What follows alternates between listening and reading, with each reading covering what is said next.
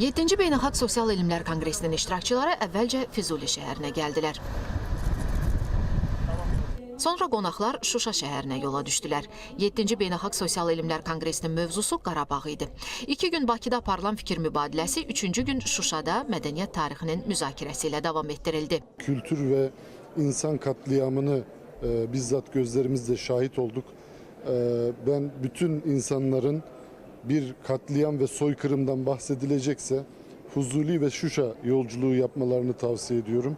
Türkiyəli professorlar İhsan Fazlıoğlu, Ömər Türker və digərləri bölgənin zəngin irsinə dair məruzələrlə çıxış etdilər. Şuşanın şeir, sənət, mədəniyyət ocağı olduğu, bu torpağın çoxsaylı görkəmli şəxsiyyətlər yetişdirdiyi bir daha vurğulandı.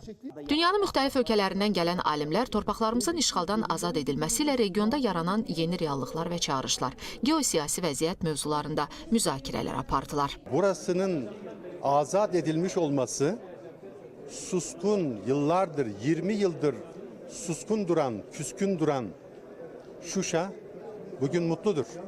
Biz buna inanıyoruz. Ve bu etkinliğin, bu kongrenin ana teması Karabağ'dır.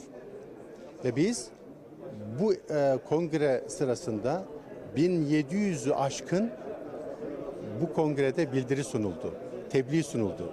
Ve bunların büyük bir bölümü de Karabağ'la alakalı. 520-dən çox qonağın iştirak etdiyi 7-ci Beynəlxalq Sosial Elmlər Konqresində 1000-ə yaxın elmi məruzə təqdim olundu. Şuşada belə bir tədbirin keçirilməsi, ümumən bu sizin tərəfinizdən də gözəl Qarabağla bağlı sözləriniz və ümumən bu kongresin Qarabağa həsr olunmuş mövzusu bizim o şəhid olmuş əskərlərimizə müəyyən bir xatirədir. Tədbirdən sonra qonaqlar Şuşanın tarixi, mədəni, görməli yerlərində oldular. Cıdır düzündə səsləndirilən Sarı Gəlin mahnısı isə hər kəsin könlünü oxşadı.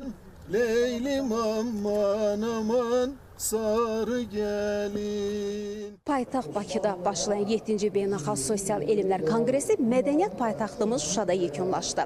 3 gün müddətində dünyanın müxtəlif ölkəsindən gələn alimlər Qarabağ həqiqətləri ilə bağlı zəngin məlumat əldə etdilər, fikir mübadiləsi apardılar. İndi növbə bu elmi araşdırmaların dünyada geniş şəkildə təbliğ olunmasıdır. Südabi Cahangirli, Elşad Heydərov, ASTV Xəbər, Şuşa.